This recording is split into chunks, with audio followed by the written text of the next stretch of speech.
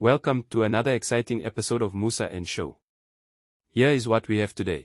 There's billions of rents that are taken back to Treasury every year because sitters are unable to spend them. And people don't know about them. There's money being set aside for skills development of the youth of South Africa that because of poor planning, they are unable to implement them. That must be addressed urgently because there's a lot of young people on the streets of on our townships every day not doing anything. While we are creating employment opportunities for them, reskill them as a first opportunity, because if you're saying that their skills are not aligned to the economic activities of the country, but there's a budget for that. And South Africans must know that there's a budget set aside by the government of the ANC to reskill the people of South Africa. But that budget, it's end up being not used because those officials who are appointed as managers and directors, they don't plan properly. And if you can't plan, you can't spend. Because we are businessmen, if you can't plan, you can't spend.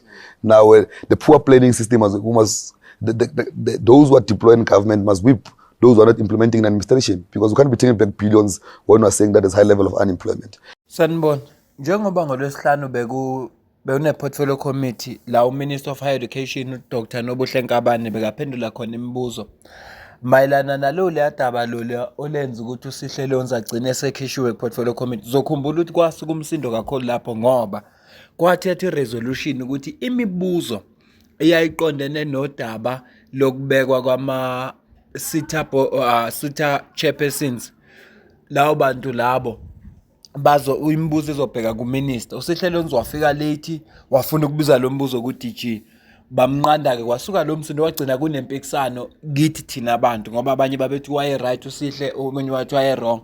Kodwa ngolwesihlanu livelile ke ithuba lokuthi uminister akaziphendulele.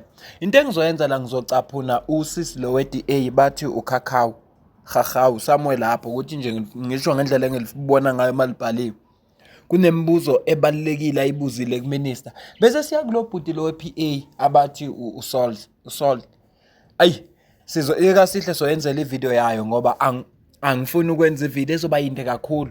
Portfolio committee beyu 7 hours, so Sihle ngizoyifaka nalo bhuti lo Msezane nalo munye we-MK party, kodwa la ngizofaka laba we-DA nalo uSol uzwele ukuthi kungani amasitha angabasiza abantu laba abasha.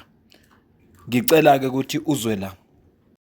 Panel, the nomination task team, is because the King Ivy report on cooperative governance at 2016 advises that it must be there.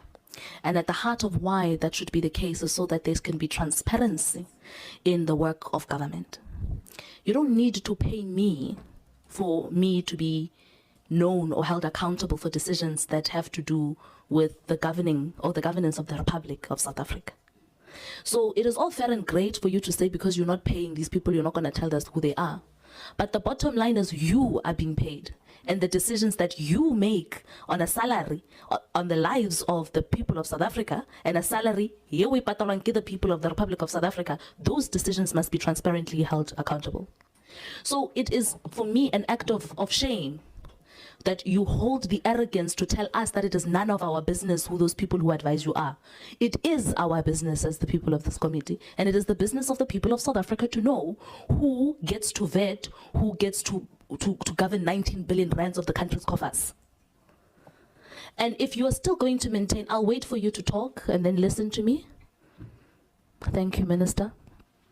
And if you're still going to maintain, Minister, that you are not going to tell the people of South Africa who your people are, your people who you clearly, for me, here's my hunch. And I don't have my bones out. I'm not in my ndomba, but here's my hunch, right? The reason why you don't want to tell us on record who the team was, who the selection committee was, is because you know if you tell us the names, it will be very easy for us to close on the dots on who those people are and why they were sent there. Because had there not been those people, then there is no way that out of 573 applicants, the best bets would have been Nomusa Ngcubi. There's no way you would have gotten Uthembi Nkosi Josopo. There's no way you would have gotten Zakhele Buthelezi. There's no way you would have gotten Uqonde Kababu Katatu Mantashe.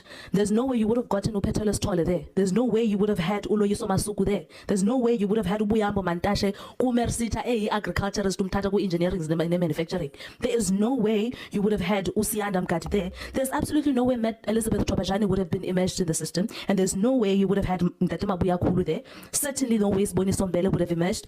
no way Tulani Tifuta would have been there, and Mema Amanda Mapena would have also not been there. These are just a few of the rest of the people there. The reason why you configured the list of the panel the way you configured it is so that there's a tailored outcome of these ANC cadres who are already beneficiaries of the system of government.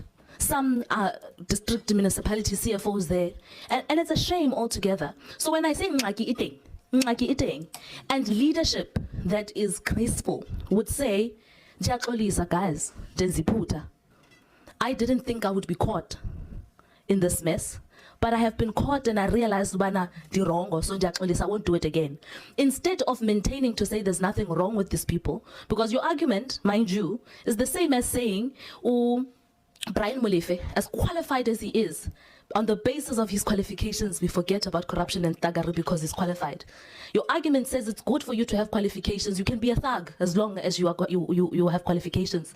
You can be corrupt and be used to manipulate and politicize the system to the detriment of the people of South Africa as long as you have an NQF level 8. That argument doesn't work. Meluat, hi. Congratulations on your appointment. So you were inducted on the 6th of May. And then on the 8th, your body received an advisory notice on these appointments. Am I correct? Is this the tally that I have? Is the dates correct? You were the 6th of May, you were inducted, and then on the 8th of May, the advisory notice came out. Is that correct? Njengoba umuzwa kusisilebuzo, uminister la ngaphambi kwale nkulumo uthe kune committee alikhethile noma i-independent committee ayikhethile okuyiyona enza selection. Njengoba kuthiwa bekunama application ayi-573, siyakhumbula ukuthi kule list edlule kwekukhona indodana ka Minister Gwede Mantashe nalo advisor yakhe nobaba unomama uNomisa Dube Ncube, ama cadres nje we-ANC, especially awase KZN. So njengoba ethi out of 573 applications bese nje kuthiwa labantu bakhethe labantu laba babakhethile abawu-20 bese kukhethwa ama-cadres we-ANC.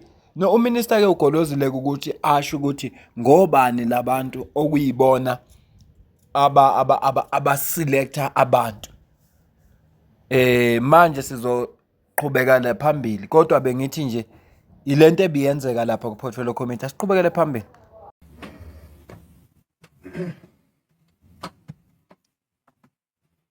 Well, thank you very much, Chairperson.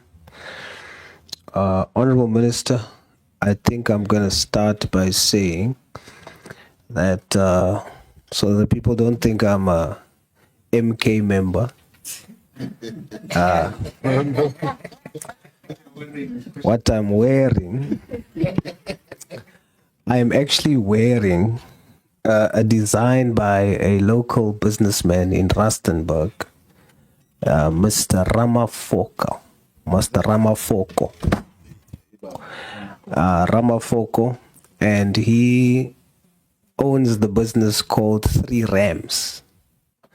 I'm also drinking out of the cup that his business makes. And the reason why is because, Minister, I want to reassure you of my intention. I'm not trying to score any points. I'm here because the chairpersons that you appoint affects businesses of Black South Africans, colored South Africans, Indian South Africans, white South African young people. And so it's very imperative that we do this process right. So that is my motivation, just so that you know. Secondly, you have spent a lot of time dealing with the constitutionalism around the appointment of those that are politically associated, that it's not illegal to do that. I want to reassure you that I agree with you. It's not illegal, so it can be done. Then also, the qualifications of the appointees or the previous appointees. You have shown that they are qualified. And so that part of the process of not depriving people based on their political affiliation, the qualifications, that part of the process clearly seems to be perfect. and above reproach. My question to you is, are you 100% sure the entire process of appointing SETA chairpersons was perfect and above reproach?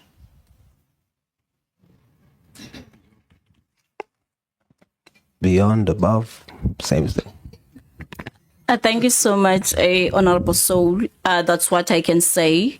One did not anticipate the outcry from the society, to be honest, because what I sticked on is the criteria and the application of the act. That's what the mandate that I gave to the independent panel that was overseeing the process.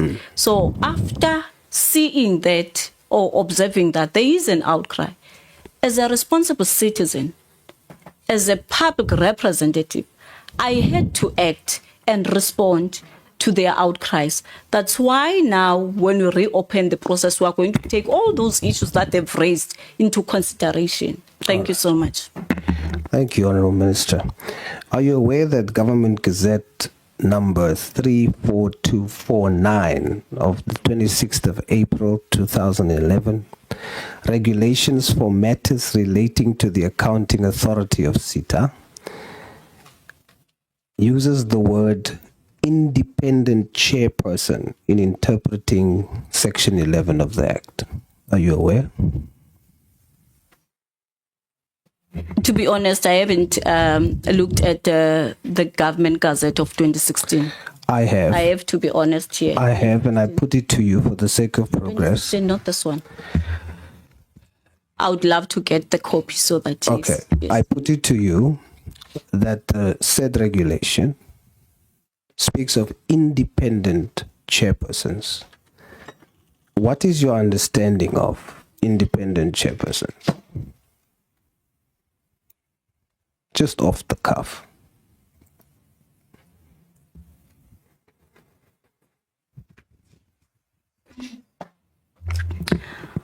When I think of the word independent, it is quite broad. Depends on which angle are you going to approach it.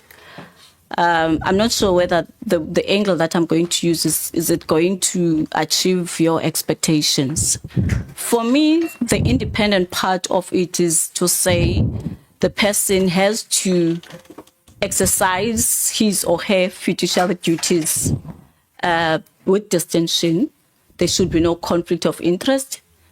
The person must be guided and adhere to the constitutional obligations as well as the Skills Development Act. Thank you.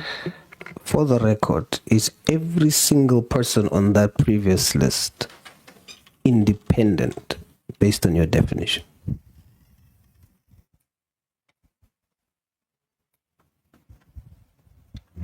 Because in terms of be it a person is implicated or is allegation or was arrested or has a criminal record, my determination was based on the vetting report that I received. So it made me to be comfortable that indeed the process is independent, because amongst the measures that I said I'm going to put as the minister is to sign a service level agreement with those chairs and to indicate that they must not do any business within the sector. The process might have been independent. I'm asking, are you, based on your definition of independent chairperson, are you 100% sure that every single person on that previous list of appointees are independent chairpersons based on your definition, not mine? Yes, for me, I could safely say they were, because they are no longer there, they were independent, as they knew that amongst the issues that we would commit or sign with them is to say they are not going to do any business in the sector. Are you sure? Can't be sure, but we have measures that we have put in place So you're to not assess. We have measures that we have put in place to make sure that they do comply with the service level agreement. Honourable Minister, they do comply. With respect, you said you can't be sure. Are you saying that you're not sure? You started your response by saying, I can't be sure, close quote. Are you saying that you are not sure? Basically, what I'm saying, in terms of the reports that I received, I was comfortable and confident that the process was beyond reproach and those chairpersons are independent. You know, sometimes you appoint a person and the person meets the criteria. You wouldn't know what a person is capable of. Then what helps you is to put measures in place, internal measures, to make sure that no one contravenes with any legislation and the person also signs a declaration of interest. So that's what I covered myself with. I don't know what is it that they could do beyond that, because I can't put my head on the rock and say I'm 100% sure that they wouldn't. In your definition, you mentioned one of the items that you mentioned was conflict of interest. That is not something for future. It's something that you predetermine to the point of consideration. Yeah, So then when you say independent in that sense, you are saying, just on that point, you are saying at the point of appointing them, you are sure they are independent as it relates to conflict of interest. Yes. So you are 100% sure that they are independent. Yes, but beyond that, I wouldn't. All right. You are sure. All right. Do you still maintain that the entire process was beyond reproach and perfect? In terms of legislative imperative, Independent chairperson. complied with each and every piece of legislation and requirements by regulation. Okay. But then, additionally, it's my responsibility as a public representative to listen to what people are saying. When they say the recommended list is politically bloated, I had to respond. That's the only matter that made me to then say, I want to review the process. Okay. I just put to you another element to consider, which is the independence of the chairperson. Okay. The second one is, are you aware of the insertion of section 11 capital letter A and section 11 capital letter B in the Skills Development Act? Are you aware?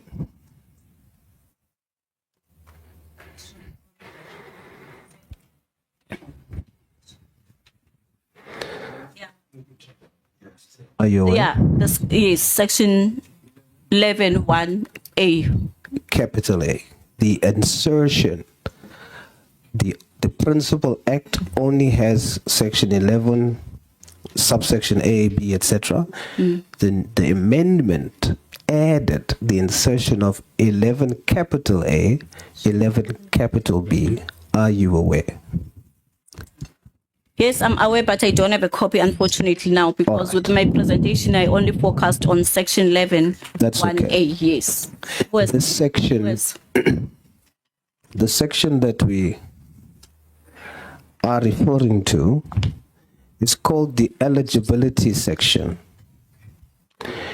The eligibility section demands of the candidates to have specific character qualities. You can trust me, Honorable Minister. I know, I'm a sit. That's okay, but you can. It's just I'm worried about my time, but you can trust me. The eligibility clause deals specifically with character qualities now, not just education, not just political affiliation, but character qualities. It calls for people found to be involved in theft, fraud, even acts of dishonesty. The word dishonesty is even there, to be disqualified from appointment. Is there anyone on the previous list of appointees who has been charged with or officially said to have been involved in acts of dishonesty like bribery or any form of corruption? As I indicated, Honorable Soul, I only relied on the vetting report. I did not interview each and every person that was recommended, because it's beyond my obligation. So I rely on an independent vetting company to actually provide Honourable those Minister. services on behalf of the department. Honourable Minister, you are the one throughout the meeting who wanted to make us understand it is you who appoints. Yes. Then you wanted to make us understand, because it's not just in your individual capacity. You are not as an individual capable of doing all of that yourself. You have then a voluntary panel that assists you. And this makes us understand that you will now make sure of all these questionable things. So you cannot now say that you don't know, you just take the vetting report and then you gave me the impression. That's why I'm not asking about the secret panel. Because for me, it's like, well, if it helps you to get to the detail, if that panel helps you to get to the detail, then it's great. Then you should know whether someone as part of that list has been charged or not. Should I come? Yes, please, Minister. Yes. I think maybe Honorable Sol, you are referring to 11A on eligibility D. Is it? I'm going to make a reference. Unfortunately, the majority of them I don't know. I only know one person. Not that I got that from the vetting report, because the person was cleared. I had to make a follow-up from the vetting team that was giving me the report to say, this is a report, Minister, to say, so did it clear? One of the people that were recommended is Mr. Mike Mabuyakulu, because I'm from KZN and I know him, that he was once arrested, charged for some criminal activities, as much as I do not know the details. And then what I picked up from that report, because I saw it, is that the case was closed and he was cleared. So he's the only person that I know of, not through the report. It's because I know, hence I'm from KwaZulu-Natal. And you don't feel that that's reason to question eligibility? I think this one is more technical in terms of legal terms, because my understanding is that if somebody has been cleared, he has been cleared by the court of law. So who am I to then argue or challenge the court of law to say this person has been cleared? You know. I'm not saying specifically the individual. I'm testing your disposition. I want to speak about this, something that I know. I don't want to generalize, because I know that one. But I'm trying. Others, unfortunately, if they do have some issues, I don't know. I'm trying to decipher your posture in assessment, not necessarily the individual that has been cleared. Yeah. I'm trying to your posture when you look at a situation. Do you say, oh, cleared, tick? You don't look deeper into what 11A and B requires to say, look deeper into the character qualities of these chairpersons you can appoint. Mm-hmm. The law wants you to do that, not just cleared. No, is it true? Yes, ma'am. Yeah. No, I must take your note. It is assisting us, hence we've reopened the process, maybe to also dig deeper and also cover the aspects that you are raising. It's helping. In fact, it is empowering us as the ministry. You have just indirectly conceded that you're now spotting some flaws. Yes, because of the issue that you are raising to reflect on 11A. All right, so I'll leave it there. Capital letter A to F, yes. All right, I'll leave it there. Yes. And continue. For clarity, you said that the reason there was unequal race appointments was because 0 colored South Africans, 0 Indian South Africans, and 0 white South Africans was nominated or applied. Is that correct? It's correct only with the chairs, but with the AAs, we are good. which when we bring to the attention of the portfolio committee, the AAs. So with you'll the see, chairs, nobody. Yes. No, I'm none of hoping those. this time around all of us are going to go out and encourage them to be nominated, or we are going to go out and ask relevant sectors to nominate them. All right. The only person that applied was the chairperson, the previous chairperson of health and welfare. Unfortunately, she couldn't meet the criteria, or who was nominated, not applied. All right. On your media statement dated the 16th of May 2025, you commit to the nation that when it comes to preference and equity, you are going to specifically look at race, gender, youth, people with disabilities. You include race, I quote, in the government gazette that you've released calling for the reopening for nominations. You expressly exclude race. You only have gender, youth, and persons with disabilities.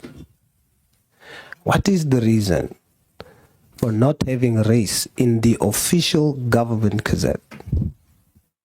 Maybe if I can respond to this one is because when I looked at the constitution, because that one was a gazette, at least that one, the first one was a statement. The Constitution of the Republic of South Africa prohibits unfair discrimination on the grounds of race. So it was not easy for me to just put race on a government gazette. Hence, the Constitution prohibits. No, for equity, you are saying the Constitution allows you to have preference for equity, to look at racial balance. That's the reason why you have it on the statement that you're talking to South Africans. Yeah. It is untrue to say that you are not allowed by law to say race in a government gazette. When I looked incorrect, at, Honorable Minister. when I looked at the Constitution, it says it is only a relevant factor in some context, in particular in addressing the imbalances of the past. So when you look at it and try to interpret but that's what it, you said. When you I'm making an example, white people, you cannot say you are addressing the imbalances of the past. Okay, colored people. However, I'm reaching out to various organizations, the colored community, as I've mentioned earlier on, the organized white people organizations, and through the business chamber to say, good people, please try to encourage them to be nominated. I also spoke to outsiders to say, I agree with you. To various executives, cabinet ministers who are here. Please hear my question. I agree with you. That call that you are making for all races to come requires you to put the word race in the government gazette. Do you agree? I have to get a legal opinion. I don't want to say I agree or disagree. Did you get a legal opinion to put the word race in your media statement? No, I did not. Yet you put it in your media statement. Why?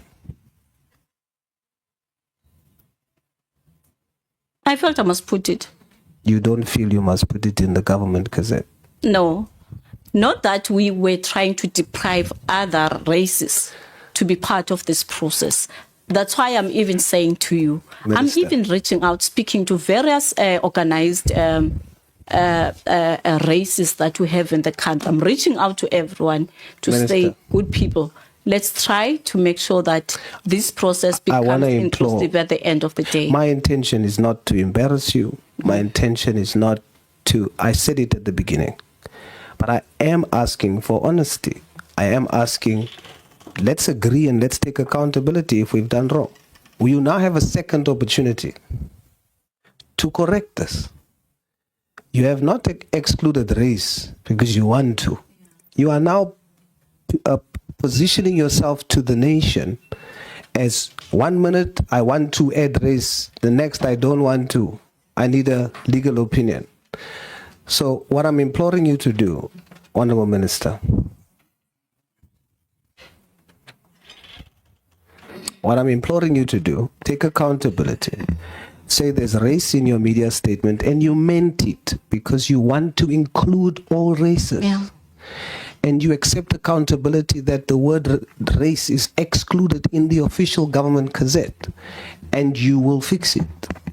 I'll do, Honorable Soul. Thank you, Honourable Minister. Based on that concession, would you now agree that the entire process was not perfect and above reproach, based on your concessions now? No, these concessions does not invalidate the process, because what guides the minister in terms of appointing AAs is the Skills Development Act. Okay, so I conclude. So I followed all the requirements as made in the Skills Development Act. So I conclude. However, I am going to consider the issues that you have raised here. I am going to speak to my team to also remove the gazette that we have advertised yesterday and put this one, because we want to make sure that this process becomes inclusive as much as we could. Thank you, Honourable Minister. I put it to you, even though you have admitted to the flaws, and by virtue of the fact that there are flaws that you conceded to, that makes the process not perfect. That makes the process not above reproach. May I just have your focus this one, because I'm concluding. It is confusing me. Yeah. It's showing me what I spoke on already, Honorable Soul. Yeah. I'm so sorry. Because I'm concluding. And I'd like you to hear this, to say that because of that concession, I put it to you that the process has been flawed. I'm glad that you are committing to fix it. And I want to remind you, Honourable Minister, you're not fixing it for you.